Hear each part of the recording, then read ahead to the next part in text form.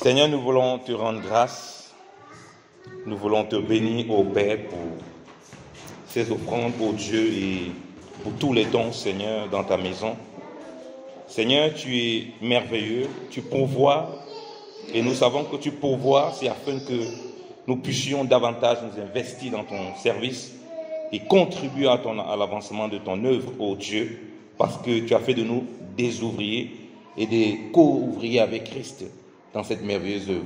Bénis les mains, ô Papa, qui ont pourvu. Bénis les mains afin que nous puissions davantage pourvoir à ton œuvre, Seigneur. À toi soit la gloire, ô Père, au nom de Jésus-Christ de Nazareth. Amen. Alléluia. Amen. Alléluia. Amen. Alors nous rendons grâce au Seigneur. C'est vraiment merveilleux de partager la parole du Seigneur. Et ce matin, ce que j'ai vraiment à cœur de nous partager, c'est la consolation du Seigneur. L'enlèvement, la consolation du Seigneur. Vous savez, il y a beaucoup de consolation. Il y a beaucoup de consolation dans le monde. On a besoin de consolation. On passe un moment difficile. Parfois, on est malade. Parfois, on a perdu un proche. Tous les hommes dans le monde ont besoin de consolation. Mais il y a une consolation dans la parole qui est merveilleuse.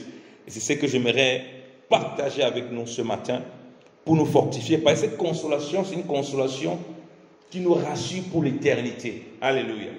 Si quelqu'un passe un moment difficile, a besoin de consolation, ce serait uniquement pour ces moments-là. Après, il pourra encore passer d'autres événements très difficiles, il aura encore besoin de consolation. Donc on a besoin de ces consolations, ce n'est pas mauvais.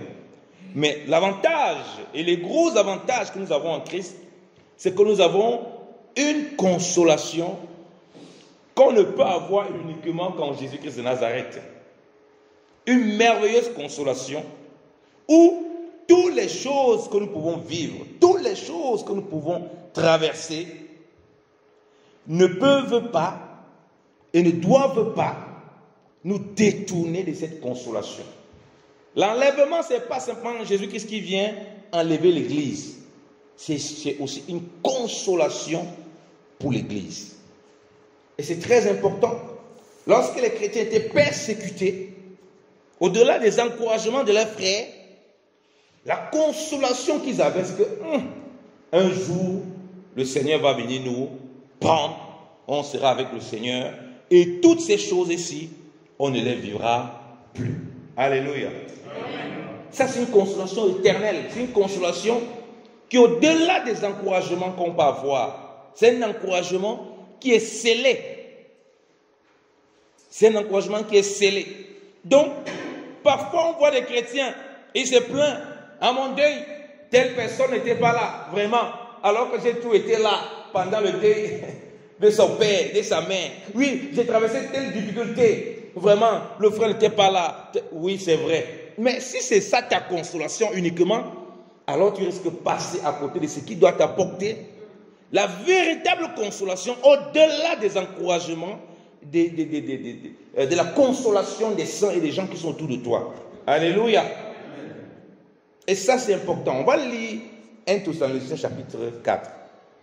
Bien-aimés dans le Seigneur. 1 Thessaloniciens chapitre 4.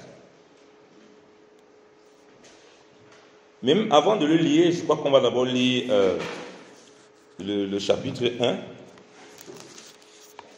1 Thessaloniciens, on va d'abord lire le chapitre 1.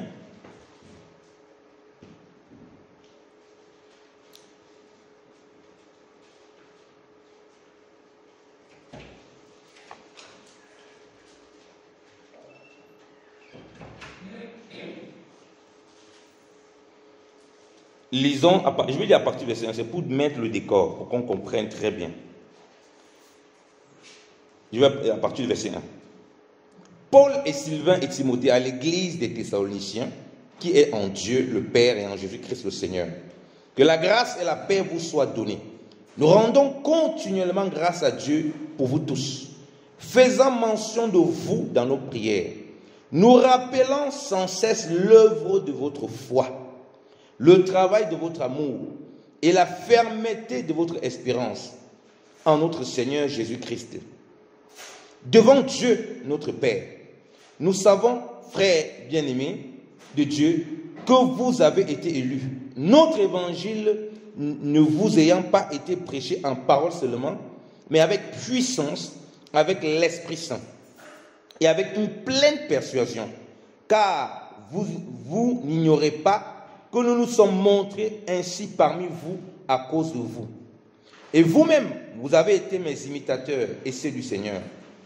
Et en recevant la parole au milieu de beaucoup de tribulations, notez bien ça, de beaucoup de tribulations, avec la joie du Saint-Esprit.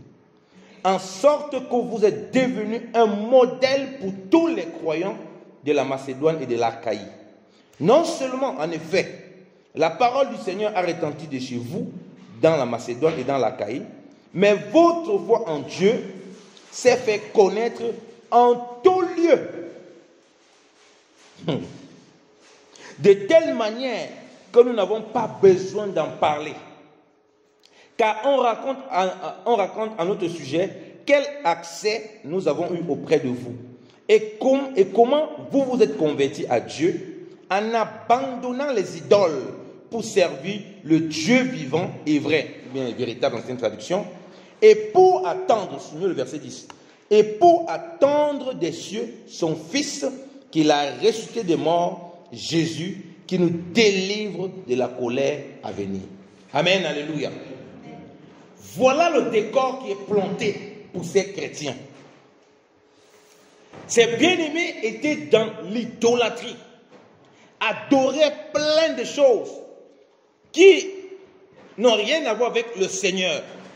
Et on sait que lorsqu'il y a ces adorations et ces idoles, il y a des démons. Et vous savez que quand les démons viennent, quand se manifestent, puisque les gens, quand ils adorent ça, c'est qui les ont installés là? Leur famille. En fait, c'est quelque chose qui est installé depuis bien longtemps. Donc quand quelqu'un croit, et comme on voit aujourd'hui, par exemple, ceux qui sont attachés, tu es né dans une famille religieuse, même famille bouddhiste, machin, c'est normal, c'est leur tradition. Si tu essayes de sortir de là, tu vis la même chose que ces Thessaloniciens. Parce qu'ils ont abandonné, la Bible précise bien, c'était des croyants des divinités païennes. Ils ont abandonné ces idoles. Donc, on dit bien qu'au milieu des grandes tribulations, ils étaient vraiment persécutés. Ils souffraient du fait d'avoir abandonné ces dieux païens. Ils étaient traités de tous les noms par leurs prophètes, par leurs semblables. Mais ils avaient goûté un Jésus authentique. Amen. Pourquoi l'évangile est devenu frêle aujourd'hui? Pourquoi il y a un autre évangile qu'on essaie de prêcher aux gens pour les faire s'attacher à la terre? Alors que l'évangile qu'ils ont reçu, on dit bien qu'ils attendaient des cieux. Voilà ce qu'ils attendaient. Mais l'évangile aujourd'hui des chrétiens, c'est qu'ils attendent plutôt les biens de ce siècle. Ils courent derrière les biens de ce siècle, avec toutes sortes de faux prédicateurs qui lui font même comprendre que non, Jésus a dit qu'il revient bientôt. Ça, c'est des conneries. Laisse-toi, c'est pas maintenant qu'il va arriver. Alors Jésus dit qu'il revient bientôt pour que toi, tu sois toujours prêt. Un prédicateur dit quand même, et les chrétiens disent Amen, et ils commencent à applaudir, ils continuent à le suivre. Je ne sais pas quel courage les gens ont. Je ne sais pas quel courage les gens ont face à ce que la parole de Dieu dit, qui est aussi pertinente. Donc, quand ils ont reçu l'évangile, ils ont reçu l'espérance. C'est-à-dire qu'il y a une espérance attachée à cet évangile. Ce que le maître que vous avez reçu là, il ne va pas vous laisser ici éternellement. Et ils avaient une ferme espérance en ça. Et ils étaient fermes dans leur tribulation. La Bible dit que leur foi était répandue en tout lieu. Leur foi n'était pas seulement répandue dans la Macédoine et dans l'Achaïe. Ça a dépassé les frontières de la Macédoine et de l'Achaïe. On les reconnaissait comme les véritables personnes qui craignaient le Seigneur, qui aimaient le Seigneur, alors que c'est dans la persécution, les tribulations qu'ils ont reçu le Seigneur et qu'ils vivaient. Aujourd'hui, on a légalisé l'Église. L'Église, depuis le 4e siècle, par l'empereur Constantin, l'Église n'est plus persécutée. C'est pourquoi les chrétiens, nous nous amusons et qu'on a un évangile frélaté. Mais ces chrétiens-là, l'Église n'est pas acceptée. Hein. Donc, dire que tu étais un chrétien était difficile.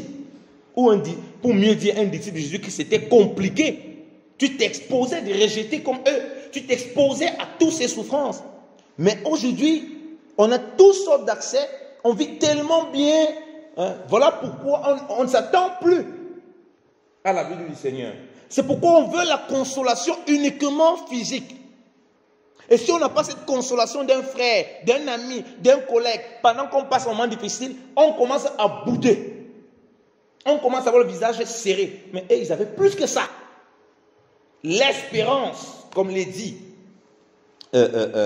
au verset 3, nous rappelant sans cesse l'œuvre de votre foi, le travail de votre amour et la fermeté de votre espérance en notre Seigneur Jésus-Christ. La fermeté de votre espérance. Que les tribulations, les difficultés, les persécutions ne peuvent pas ébranler notre espérance. On espère en quelqu'un et on sait qu'il est fidèle. Alléluia. Ce n'est pas la persécution, ce n'est pas ce qu'on vit là qui peut nous ôter cette espérance. Parce qu'on a l'assurance que un jour, on sera avec le Seigneur. Pourquoi? Parce que dans ces persécutions, ayant reçu le Saint-Esprit, ils avaient les prémices, ils voyaient la gloire de Dieu. Ils voyaient les manifestations de Dieu au-delà des difficultés qu'ils traversaient. Alléluia. Maintenant, le chrétien veut voir les manifestations de Dieu, veut voir la gloire de Dieu, mais il ne veut pas persécution. Il dit Jésus, Jésus a dit non, oui, si tu abandonnes frère et soeur, tu auras au centuple. Il a aussi dit arroser des persécutions. Et un jour, un frère, je pouvais mourir de rire, le frère Jean-Louis, un bon frère à moi, qui est serviteur de Dieu, qui est d'origine ivoirienne, et il est retourné en Côte d'Ivoire. Il était une fois, avant il vivait en Angleterre. Il y a un frère qui avait cet évangile-là, il aime beaucoup le monde, il court derrière les choses du monde. Il dit non, frère Jean-Louis, non, Jésus a dit lui-même, hein, si tu abandonnes famille, hein, maison, enfant, tout ça, tu auras au centuple. Le frère lui a posé la question, toi tu as abandonné qui? Tu as abandonné quoi? Au contraire, toi tu cherches à acheter maison, toi tu cherches à acheter machin, toi tu cherches les enfants. Depuis là tu dis que tu veux les enfants, non? Tu as abandonné qui? Toi tu veux les choses alors que tu n'as rien abandonné. Tu as fait pervertir l'évangile. Et il était bouche bée, il était coincé. Parce que vous dites que oui, il a dit que toi tu as abandonné quoi? On dit ça à ceux qui ont abandonné. Tu n'as rien abandonné. Donc ça veut dire que ton regard n'est pas posé en réalité sur le renoncement que le Seigneur te demande d'avoir, mais ce que tu peux acquérir sur le Seigneur. Ces chrétiens, c'est pourquoi leur foi était dans la persécution. Donc leur espérance était vraie. Parce que quand tout va bien, c'est facile de dire oui, vraiment, le Seigneur, il est puissant. Dire qu'il est puissant quand on voit que tu es malade, c'est difficile. Mais on peut me dire, non, quelqu'un est puissant. Regarde comment tu es malade, il est où? Dire qu'il est puissant pendant qu'on te persécute. Pendant que tout semble ne pas marcher. Et c'est là où on voit celui qui a vraiment les yeux ouverts et qui ne regarde pas la chair. Et c'est pourquoi il a une expérience avec le Seigneur, il a goûté le Seigneur, il a vécu quelque chose avec le Seigneur et il sait que le Seigneur est véritable. Donc, notre foi, comme celle des Macédoniens, parce que la Bible demande, ils sont imitateurs, ils étaient imitateurs de Paul. Notre foi doit être répandue comme ça, au-delà de la persécution, au-delà des difficultés. On a une foi ferme dans l'espérance que le Seigneur lui-même un jour, il va venir nous enlever, il va partir avec nous. Alléluia. Et ça ne dépend pas des années. Oui, mais ça fait 2000 ans. Est-ce qu'un jour même il va venir? Si tu commences à raisonner, ça veut dire que tu n'as pas peut-être de communion avec lui. Si tu es vraiment en communion avec lui, cette réalité, tu l'auras dans ton cœur parce que tu t'attends à lui et le Saint-Esprit lui-même va sceller ça. S'ils étaient capables d'être comme ça, c'est parce qu'ils avaient une communion avec le Seigneur et le Saint-Esprit qu'ils avaient reçu avait scellé cette parole et c'est ça qui les rendait fermes. On tuait les chrétiens. Mais nous ici, on nous insulte un peu. On n'ose plus dire qu'on est chrétien. On tuait les chrétiens, bien aimés dans le Seigneur. Vous savez comment on a lapidé Étienne? Même Paul était lapidé, il était laissé pour mort. Et dans d'autres pays, on tue les chrétiens. Les pays où vraiment, ils n'ont pas l'autorisation de parler de Dieu là-bas. On ne veut pas entendre parler de Jésus, machin. On ne veut rien entendre. Là-bas, tu crois, on te prend, on te tue. Et ça, c'est pourquoi? C'est pour effrayer les autres. Mais eux, ça ne les effrayait pas. Parce qu'ils avaient goûté le Seigneur.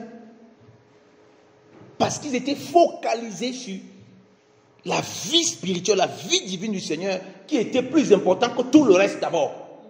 Mais nous, on fait l'inverse. On cherche les choses, le reste, et puis on veut Dieu. Voilà pourquoi si on dit à quelqu'un, Maranatha, Jésus revient bientôt, il dit non, Jésus n'a qu'à attendre, je dois me marier, je dois avoir les enfants, je dois avoir vraiment ma belle carrière. Mon ami, si dans ça, là, toi, tu n'as pas vu Jésus qui revient bientôt, il y a un problème. En l'an 2000, il y a eu les inondations en France, quand l'an 2000 est arrivé. J'avais suivi encore ce reportage, je me rappelle. Et quand je regarde ces choses, ça m'interpelle toujours par rapport à la foi. Il y a des gens qui étaient dans une dépression totale. Les gens qui s'étaient endettés pour former des projets, pour avoir... Il y a des gens, les fermiers qui ont perdu tout. Ils venaient de prendre l'argent en banque. Ils venaient de faire son agriculture. Ils venaient de faire sa ferme. Tout a été cassé. Tu voyais les gens en lambeaux. Et les gens qui se suicidaient. Pourquoi? Ils n'ont pas l'espérance qui est dans le Seigneur. L'espérance était uniquement mise dans ça. Toi et moi, on peut investir comme ça et on perd aussi tout. Mais si notre espérance n'est pas comme cela, où on s'attend au Seigneur, alors on va finir comme ces personnes-là, entrer dans la dépression ou bien se suicider comme certains se suicident. Covid est arrivé.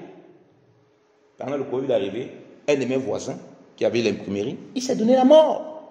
Je ne sais pas comment son affaire marchait. Je ne sais plus, peut-être ça ne marchait plus, il ne sait pas quelle situation. Plein de personnes sont suicidées comme ça. Quelle est l'espérance qu'ils ont? Ils ont l'espérance que dans ce qui est terrestre et ça ne peut pas apporter une véritable consolation. On peut t'encourager, oui, tu traverses un moment difficile. Ça va t'encourager. Ça, c'est vrai. On peut t'exhorter, on peut te soutenir. Mais c'est limité. Il y a une consolation que tu dois avoir comme cela. Ils s'attendaient pour attendre des cieux. Est-ce que tout le monde attend des cieux? Jésus-Christ. Où on s'attend nous-mêmes. Est-ce que tout le monde attend? Quand on dit Jésus revient bientôt, on n'a pas précisé quand on a dit bientôt. Ça veut dire que tout le monde doit croire qu'il peut là apparaître là. Pam, il part avec nous. On n'a pas besoin de dire oui, mais tu sais. Il n'y a pas le oui, mais tu sais. Quand on attend quelqu'un, on est pressé de le recevoir. Quand tu donnes rendez-vous à quelqu'un, tu l'attends chez toi. Ben, tu attends qu'il soit là. Et tu ne bouges pas tant qu'il n'est pas là, puisque tu sais que tu as rendez-vous avec lui. Ça veut dire que quand on attend le Seigneur, on est focalisé sur lui. Les choses qui peuvent passer là, dans la vie, peuvent nous secouer, mais on s'attend premièrement à lui. Et c'est là que, comme je dis, il y a la véritable consolation. Lisons l'Écriture. On continue dans Thessaloniciens chapitre 4. Là, il a dit qu'on attend le Seigneur. Ils avaient attendu le Seigneur des cieux. Ils n'avaient pas encore donné la révélation de ce qui devait se passer dans leur attente. Oui, vous êtes persécutés. Oui, dans la tribulation, on voit votre foi, votre amour. Vous êtes zélés pour le Seigneur. Vous n'abandonnez pas. On voit que vous avez une espérance ferme. Personne ne peut vous déstabiliser cette espérance dans le Seigneur. On voit que vous attendez le Seigneur. Mais maintenant, parce qu'ils sont dans cette condition, Dieu donne encore plus d'éclairage. Vous savez que chaque fois que Dieu parle aux églises, dans chaque église, en utilisant Paul, ou bien Pierre, principalement Paul, parce qu'il parle aux églises un peu séparément, chaque église est dans une condition spirituelle où ils reçoivent un degré de révélation par rapport à leur marche avec le Seigneur. Et ça, c'est très important à comprendre. Les Thessaloniciens avaient reçu ça, eux. Certains n'avaient pas encore reçu ça. Mais eux, ils ont reçu ça. Mais nous, maintenant, on reçoit tout parce qu'on a toutes les Écritures ensemble. On a un peu tout ensemble. Alors, lisons 1 Thessaloniciens chapitre 4.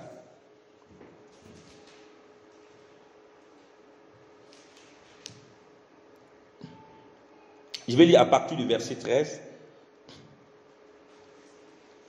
Il est dit, nous ne voulons pas, frères, que vous soyez dans l'ignorance au sujet de ceux qui dorment, afin que vous ne vous affligez pas comme les autres qui n'ont point d'espérance.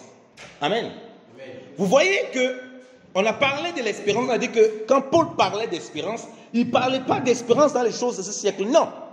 Il sait que si tu as l'espérance du Seigneur, de la vie éternelle du Seigneur, ce siècle-ci, tu seras tranquille. Tu auras l'espérance des choses, mais en t'attendant au Seigneur. De sorte que si ça ne vient pas, tu ne te stresses pas, tu ne te tires pas une balle dans la tête, tu ne commences pas à devenir fou, tu ne commences pas à être bizarre, parce que tu as une espérance divine. Il dit que les païens n'ont pas d'espérance. Voilà pourquoi ils inventent la réincarnation. Vraiment... bon, si tu meurs, ce n'est pas grave. Tu vas revenir en tant que chèvre. Là, tu vas peut-être manger bien les herbes. Tu seras tranquille. Tu n'auras plus de problèmes. Bon, maintenant, Peut-être tu peux réincarner en, je ne sais pas quoi, en goyave. Maintenant, les gens vont te manger, je ne sais pas. Donc, il dit que les gens qui ne connaissent pas le Seigneur, qui n'ont pas d'espérance, quand ils lisent l'espérance ici, c'est au fait que les gens n'ont pas d'espérance. Pourquoi? Parce qu'ils savent que la mort après la mort, c'est fini. Il n'y a plus rien. Voilà pourquoi les gens, pour fuir, c'est pourquoi l'évangile, je vous dis, lisez n'importe quel livre. Même si sur le plan intellectuel, vous essayez de lire n'importe quel livre de religion, il n'y a aucun livre qui répond de façon claire, précise à la question de l'éternité, à part l'écriture. Parce que là, on déclare clairement que ceux qui n'ont pas d'espérance, donc ils ne savent pas ce qui se passe après la mort. Donc ils disent que bon, comme on ne sait pas, on ne veut pas nous discuter là-dessus, on n'a pas d'espérance, tant pis. C'est comme pas voir là-bas, on voit. Ah, mais sauf que tu ne sais pas ce qui va se passer là-bas. Donc on dit que vous n'êtes pas comme cela, ils n'ont point d'espérance. Et il explique maintenant en quoi nous avons l'espérance. Il dit, car si nous croyons, oui, car, au verset 14, car si nous croyons que Jésus est mort et qu'il est ressuscité, croyons aussi que Dieu ramènera par Jésus et avec lui ceux qui sont morts. Donc, il rappelle que dans la mort et la résurrection de Christ dans laquelle nous croyons en ça. Effectivement, c'est ce qui va se passer avec nous. Dans notre espérance, alors comment ça s'est passé? Christ est mort, il est ressuscité. Il est resté 40 jours pour enseigner les disciples, tout ça. Après, il a été élevé dans les cieux. Parce que c'est une figure prophétique de l'Église. Il était élevé dans les cieux. C'est exactement ce que nous espérons. Il a dit que mourir, ressusciter, être élevé avec le Seigneur dans les cieux. Et ça, c'est une folie pour les hommes. Ils ne comprennent pas que ça, ce n'est pas possible. Quand tu meurs là, après, il y a ta cendre, les asticots, il n'y a plus rien. Ça n'a pas de sens. Ça ne veut rien dire. C'est insensé. Mais seul par l'esprit, par la foi, tu peux voir ces choses. Parce qu'il va te dire, mais attends, oui, Paul te parle de Jésus. Lui, il a fait 3 jours. Toi, tu ne fais pas 3 jours. Toi, tu as pourri. Comment tu as ressuscité?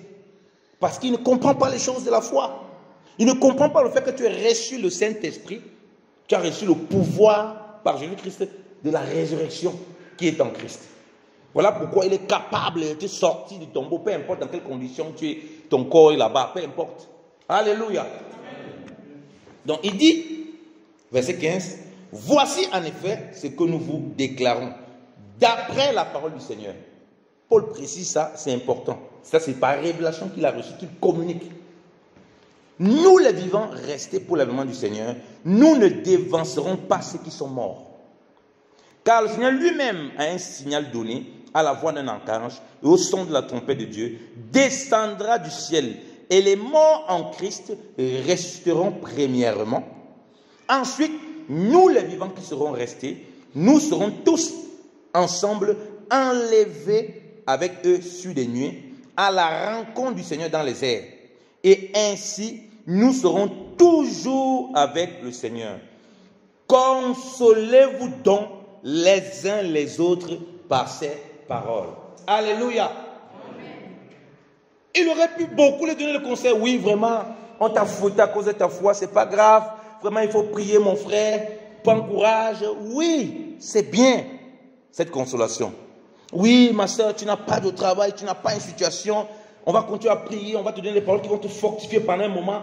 Ça, c'est important, ça, c'est bien. Ça fait partie de l'évangile. Ça fait partie de notre travail. Mais ici, Dieu les amène à un autre stade. Que les uns les autres, pendant que vous passez le moment difficile, voilà la consolation que Dieu vous donne. C'est qu'un jour, celui que vous attendez là, voilà, il va venir vous chercher. Il explique, il donne les détails. Donc même si toi tu es vivant, tu vas être transmis, c'est-à-dire que tu vas être changé complètement. Ceux qui sont morts en Christ, ils vont ressusciter. Vous allez vous retrouver dans les airs avec le Seigneur. Alléluia. Et vous serez avec lui pour toujours. Ça, c'est la plus grande consolation qu'on peut donner à un enfant de Dieu. Alléluia.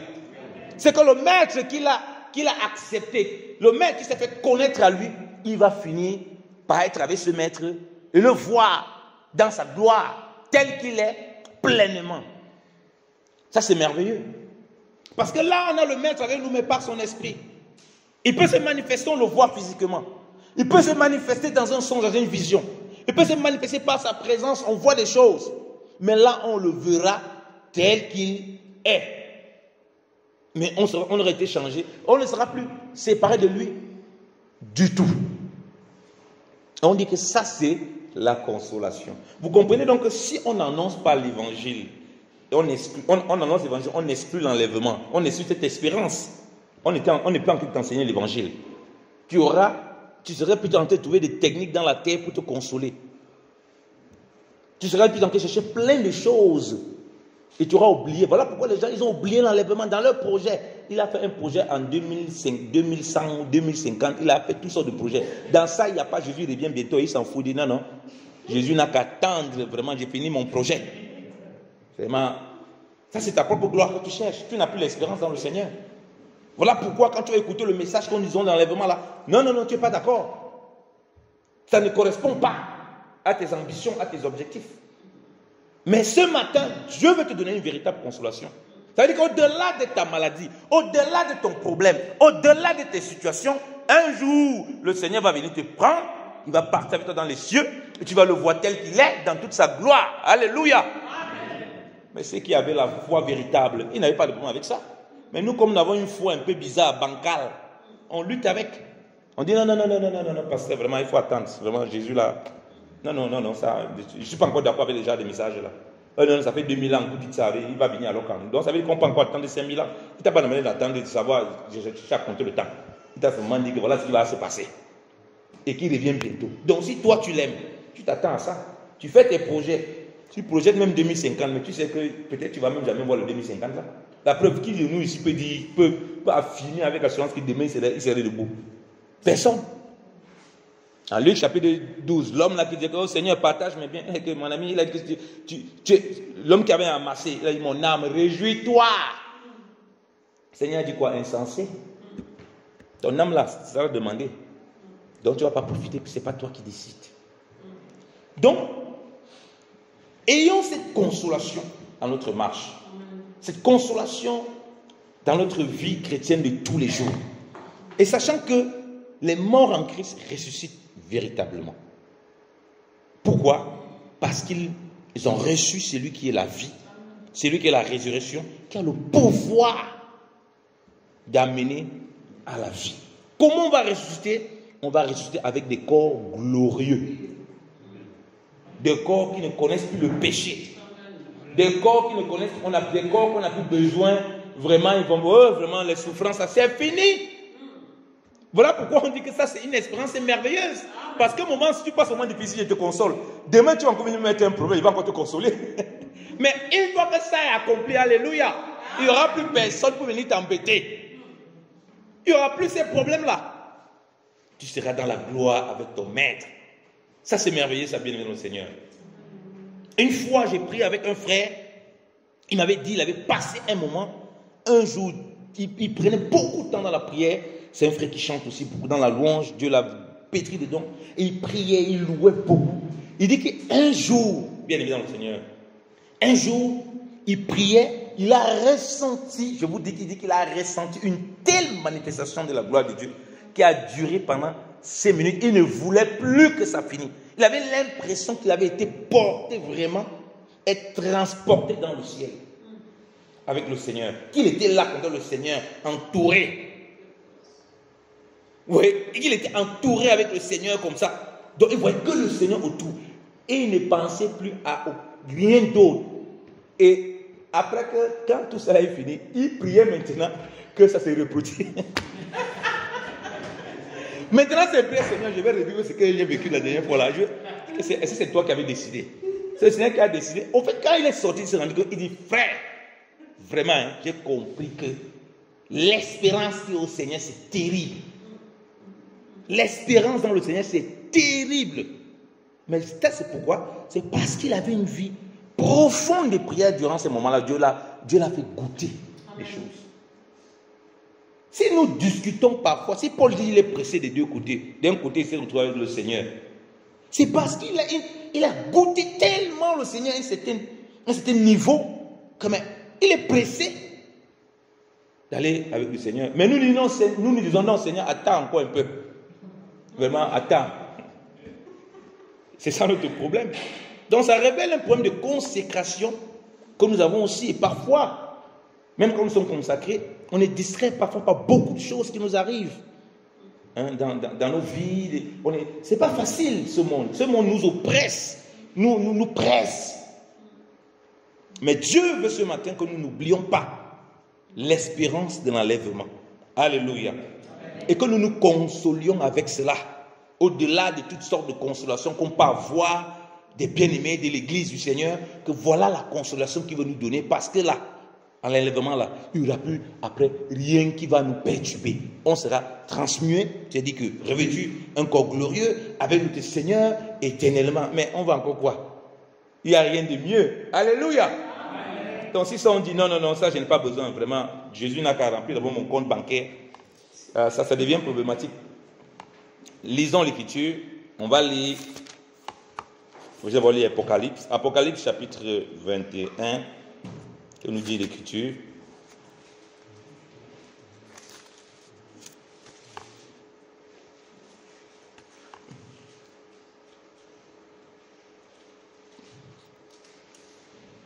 Je vais lire à partir du verset 1, Apocalypse chapitre 21, à partir du verset 1.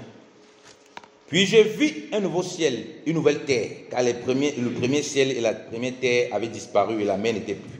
J'ai vu descendre du ciel d'auprès de Dieu la ville sainte, la nouvelle Jérusalem, préparée comme une épouse qui s'est parée pour son époux.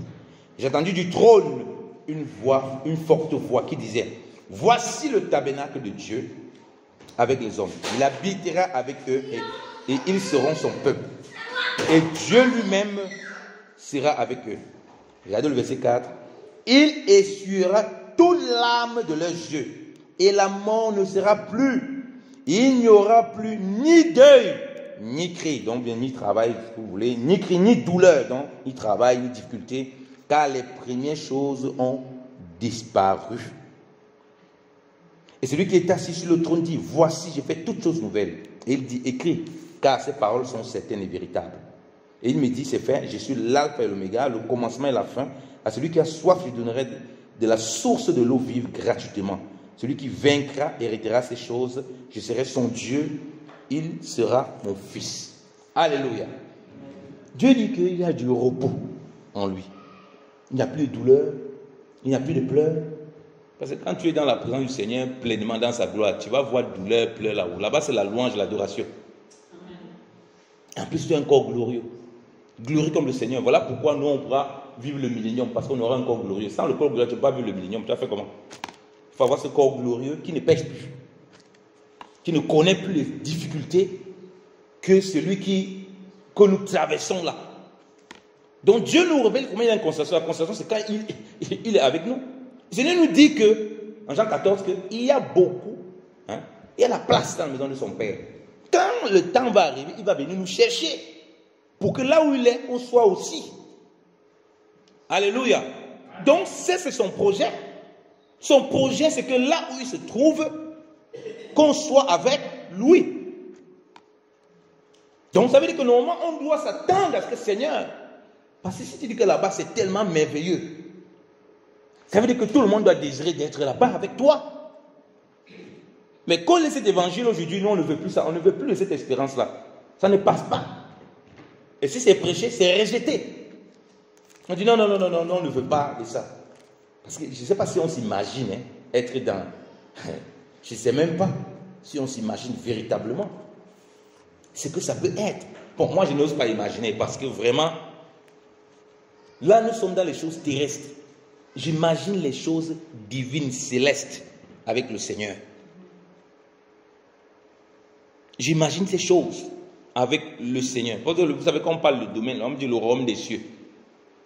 On a dit que le Seigneur, Éphésiens chapitre 4, il est monté, il remplit toutes choses. Il n'y a pas un endroit où on ne voit pas Jésus. Tu le vois Jésus partout. De toute façon, il est Dieu de toute éternité. Et c'est là, bon, beaucoup de chrétiens qui doutent de sa divinité, là-bas, ils n'auront pas le choix. Ils vont accepter, ils vont seulement confirmer c'est en ce moment que la révélation sera pleinement donnée à ceux qui n'ont malheureusement parfois pas cette révélation de qui il est réellement. Parce qu'il remplit toutes choses. Et c'est avec lui, on sera auprès de lui, éternellement. Regardez ce que Paul dit.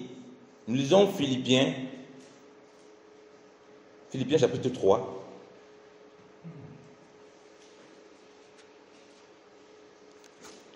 Philippiens chapitre 3. On dit ceci. À partir du verset 17. Il dit, soyez tous mes imitateurs, frères, et portez les regards sur ceux qui marchent selon le modèle que vous avez en nous.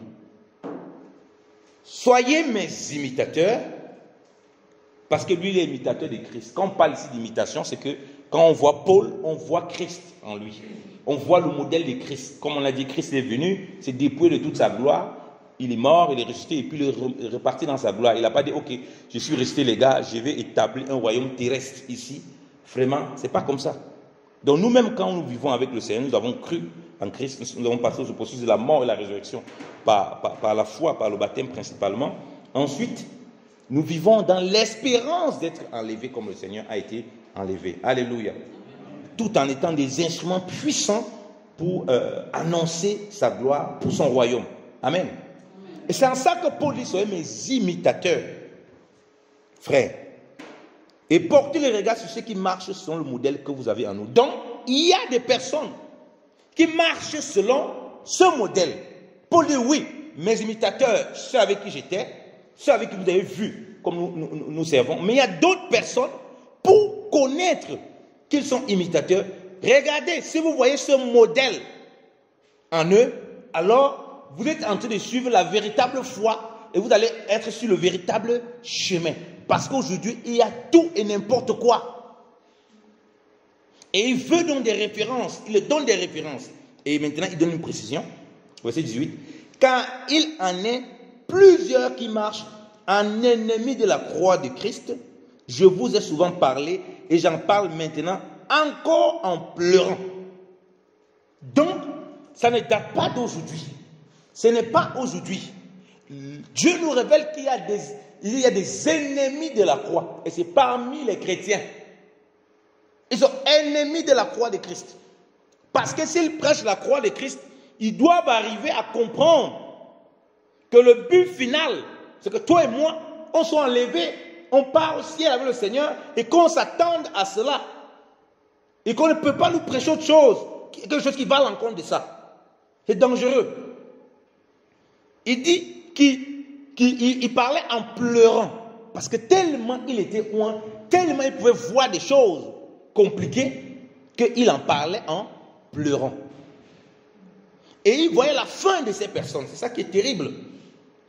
Il dit, au verset 19, leur fin sera la perdition. Ils ont pour Dieu le ventre. Ils mettent leur gloire dans ce qui fait leur honte. Ils ne pensent qu'aux choses de la terre. Voilà pourquoi tu peux faire un examen vite fait. Regarde les prédicateurs. Tu vois un prédicateur pendant qu'il prêche, pendant des années, jamais l'enlèvement n'est dans sa bouche. Jamais il ne te parle d'enlèvement. Il va te parler de ça pourquoi? Il ne te parle que de la terre. Que de la terre. Et vous, les chrétiens, vous aimez ça. Ça vous flatte vos égos, ça flatte votre chair. On dit que pourquoi ils sont ennemis de la croix. Donc on comprend que quand quelqu'un focalise les chrétiens uniquement sur la terre, il devient automatiquement ennemi de la croix. Il prêche pour son propre ventre, pour sa propre gloire. Si l'évangile ne te fait pas t'attacher davantage à ce qui est spirituel au-delà de ce qui est physique, parce que ça te maintient dans les raisonnements, dans le doute, ça te déstabilise, alors il y a un problème. Il a déjà annoncé la fin de ces personnes. Leur fin, c'est la perdition. Il ne faut pas croire qu'à un moment, ces prédicateurs, ces personnes-là, ils vont aller au ciel, ils vont aller dans le ciel. Bon, maintenant, si vous voulez jouer les amis, vous êtes amis, vous croyez que non, vraiment Dieu est amour. Moi, ma Bible me dit que leur fin sera la perdition. Leur sort est scellé. Parce qu'ils sont ennemis de la croix. Leur but, ce n'est pas de ramener les chrétiens à marcher et être sauvés avec le Seigneur. Leur but, c'est de les rendre captifs et les maintenir en captivité. Voilà pourquoi ils ne prêchent que les choses de la terre, parce que ça va te rendre captif. Ça va te rendre esclave. Tu ne peux jamais satisfaire par les choses là. Bien aimé, à moins de se séduire soi-même, tu ne peux jamais être satisfait pleinement des choses de la terre. C'est impossible, ça ne peut pas satisfaire l'homme. Voilà pourquoi, vous comprenez pourquoi Dieu a créé l'homme, le dernier. Il a fait les choses Il a parlé. Après, quand il crée l'homme, il met le souffle de vie en l'homme. Vous voyez? Il met le souffle de vie en l'homme. Et il donne l'homme maintenant, donne les noms à ces animaux-là. Comme pour dire que toi, tu n'es pas à ce stade. Tu n'es pas à ce niveau. Si toi, tu veux rester à ce niveau, c'est fichu. La preuve, il n'a pas vu son semblable dedans. Il n'a pas vu son semblable dans cela. Parce qu'il n'est pas créé tout à fait de la même façon qu'eux. Lui, il a eu besoin d'être formé par Dieu et que Dieu souffle en lui. Donc, il est la vie de Dieu. Donc, il est différent. Si toi, maintenant, toi et moi, on commence à se comporter comme ça, c'est l'homme animal, l'homme charnel qui n'a pas du tout l'esprit de Dieu. Ce que la Bible dit, l'homme animal, il vit, il se mange, se nourrit, il voyage et puis se reproduit. Il n'a aucune espérance. La mort, pour lui, qu'après la mort, c'est terminé. Voilà pourquoi tu entends les slogans dans le monde, on dit que celui qui a reçu sa vie, c'est celui qui est mort. Mais c'est quelle histoire ça? Quel slogan bidon, stupide ça? Celui qui a reçu la vie, c'est celui qui est mort. Il a reçu quelle vie? En mourant. Parce qu'il n'y a pas d'espérance après. S'il savait qu'il y a une espérance après, il va dire, ah, la Bible dit qu'il est donné à l'homme de mourir une seule fois. Après quoi vient le jugement. Il ne veut pas dire que non, il a réussi la vie parce qu'il y a un jugement qui vient après. Donc, il a réussi en quoi? Devant les hommes ou devant Dieu? Donc, vous voyez que le Seigneur dit encore, verset 20, il dit quoi? Regardez bien. Mais notre cité, regardez, notre cité, à nous, est sur la terre, est à Fleurier, et à Manengouba, et aux États-Unis, vraiment la plus belle ville du monde, oh le pays, oh des lumières, et en France, à la Tour Eiffel. C'est ce qui est écrit dans la Bible là. On dit que tout le monde a une cité. Ça se trouve où? Dans les cieux. Notre cité se trouve pas ailleurs. Notre cité, toi et moi on a une cité. On vit sur ce monde. Ça ce n'est pas notre cité. On est des passagers, on est des pèlerins. On traverse. Ok, en pèlerin on va manger, on va vivre, on va rendre grâce à Dieu pour ça. Mais on sait que ce n'est pas notre cité ici. Donc toi et moi on a une cité qu'on désire. Il y a qui n'aime pas rentrer chez toi. Quand tu veux rentrer là, tu rentres chez toi, tu dors bien. Donc, ta cité là, tu vas désirer voir vivre dans ta cité. Parce que quand tu vois les prémices de ce que le maître te parle de cette cité, dit, oh, non, moi je vais rester avec mon maître dans cette cité merveilleuse. Il dit, notre cité, ce n'est pas Paris, ce n'est pas Fleurier. Oui, on vit ici pendant un temps. Ce n'est pas la Tour Eiffel. Il dit, notre cité à nous est dans les cieux. D'où nous attendons aussi. Donc on attend celui qui est dans les cieux. Comme sauveur. Le Seigneur Jésus-Christ. Donc vous voyez que la même chose qu'il a dit aux Thessaloniciens. Ils attendaient, on attend le Seigneur. Vous attendez. Il dit, nous attendons, nous avons une cité dans les cieux et nous attendons comme sauveur. Parce que pour d'autres, il va venir comme juge pour les juger. Mais pour nous, il vient comme sauveur. Parce que si tu n'es pas enlevé, ça veut dire qu'il vient pour toi comme un juge. Si tu es enlevé, il vient pour toi comme un sauveur. Il te délivre de la souffrance de cette chair. Et il continue, il dit, qui transformera le corps de notre humiliation. Vous comprenez pourquoi on a dit les Thessaloniques, ils étaient humiliés. Nous sommes humiliés, parfois moqués. En Europe, alors ici, en Suisse, c'est terrible. Elle dit que tu es chrétien, on se moque de toi. Qui croit encore à ces choses-là? J'étais scandalisé. Je lisais une fois le journal et on parlait de la mort, la résurrection. On disait comment il y a des personnes. On disait qu'en Suisse, les gens ont régressé dans la croyance, bon, disons comme ça, on utilise le mot croyance, foi, mais on parle plus de croyance chrétienne, que c'était 1 sur 4 Suisses, je ne sais plus trop, je ne me rappelle plus trop des chiffres exacts. Mais ce qui m'a surtout interpellé, c'est que parmi les gens qui avaient cru, on dit parmi les gens qui croyaient encore en Dieu par Jésus-Christ, que c'était une période de Pâques, que moins de 50% de ces personnes, donc sur les 1 sur 4 là, parmi toutes ces personnes-là, on dit que moins de 50%, je sais plus si c'est 43, je ne sais plus combien, croient que Jésus-Christ est vraiment mort et ressuscité. Mais Leur foi se base sur quoi donc? Donc, ils sont comme les Corinthiens. Vous voyez, 1 Corinthiens 15, vous savez qu'il y avait des gens qui croyaient que la résurrection là, non, c'est une connerie. Comment? Ils vont ressusciter avec quel corps? C'est quelle histoire ça? Mais comment vous avez même fait pour croire bêtises comme ça? Non, Paul il a bu un peu de vin. Comment il peut raconter ça, vous croyez? Ça, c'est pas possible. Donc aujourd'hui, on a des gens qui prétendent qu'ils croient en Jésus-Christ. Moi, ressuscité là, c'est peut-être un mythe. Hein? C'est peut-être un mythe, peut-être un mythe. Mais on croit quand même en Jésus-Christ, on ne sait jamais. Parce que si ça arrive là-bas, c'est vrai, on serait un peu mal foutu. Hein? Donc mieux on croit quand même si certaines choses nous dépassent. Car ce n'est pas la foi. C'est la philosophie de la foi. C'est une foi philosophique. Parce qu'elle ne se base pas sur une vraie relation avec le Seigneur. On ne peut pas te branler si tu as cette communion le Seigneur. Il vient graver, sceller cela dans ton cœur. Alléluia. Si tu doutes que Jésus-Christ est mort et ressuscité, tu doutes de ta propre mort et de ta propre résurrection. J'étais scandalisé quand il lisait dans le journal. C'est pas possible. Comment on fait pour arriver à ce stade? C'est la philosophie. On dit qu'il transformera le corps de notre humiliation. Regardez ce qui suit. Et en le rendant semblable au corps de sa gloire, par le pouvoir qu'il a de s'assujettir toutes choses. Alléluia. Amen. Voilà le pouvoir. Parce que même si tu es asticot, Jésus connaît les asticots qui correspondent à ton corps. Alléluia. Amen. Il connaît les asticots qui correspondent à ton corps. Il connaît toutes choses. Il va te sortir là-bas, je ne sais pas comment, parce qu'il a ce pouvoir-là. Frère, si ce n'est pas par la foi, tu ne peux pas recevoir ce genre de paroles. Si tu n'es pas connecté à Dieu, tu ne peux pas recevoir ce genre de paroles. Donc Dieu nous montre que ça, c'est un corps d'humiliation. C'est pour ça qu'on subit toutes sortes de choses. Se battre, oui, il y a le racisme, il y a la discrimination. Frère, les gens vont passer le temps à être discriminatoires, racistes, toutes ces choses. Mais Christ, quand il va venir, il va donner un corps glorieux. On ne peut plus voir ça. Il n'y a plus ces problèmes-là. Un corps semblable au sien.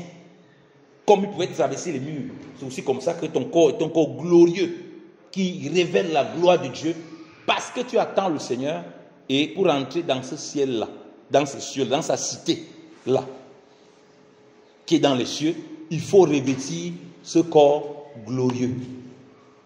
Voilà pourquoi c'est une excellente consolation que le Seigneur nous accorde, bien-aimés dans le Seigneur. Ce n'est pas évident dans notre marche. Parfois, on te dit, ah, Seigneur, viens nous enlever maintenant. Seigneur, on passe un moment difficile. Ce n'est pas à nous de précipiter quand le Seigneur va venir nous enlever. On aime aussi ça beaucoup. Oh Seigneur, je passe un moment difficile, vraiment. Je n'en peux plus, viens m'enlever. Non, tu vas encore rester quand même. Il n'a pas encore décidé pour toi. Mais on garde l'espérance qu'un jour, on sera avec le Seigneur. Il va nous donner ce corps glorieux. Il va essuyer nos larmes. On sera dans la joie avec lui. On sera vraiment en paix avec notre Seigneur. On sera avec notre époux éternellement. Et on est consolé dans ce que nous traversons parce qu'on sait que ça, ce n'est pas une fable, c'est une réalité. Que ceux qui sont en Christ vivront certainement au nom de Jésus-Christ. Que le Seigneur soit béni et que sa grâce repose encore sur nous au nom de Jésus-Christ de Nazareth. Amen. Amen.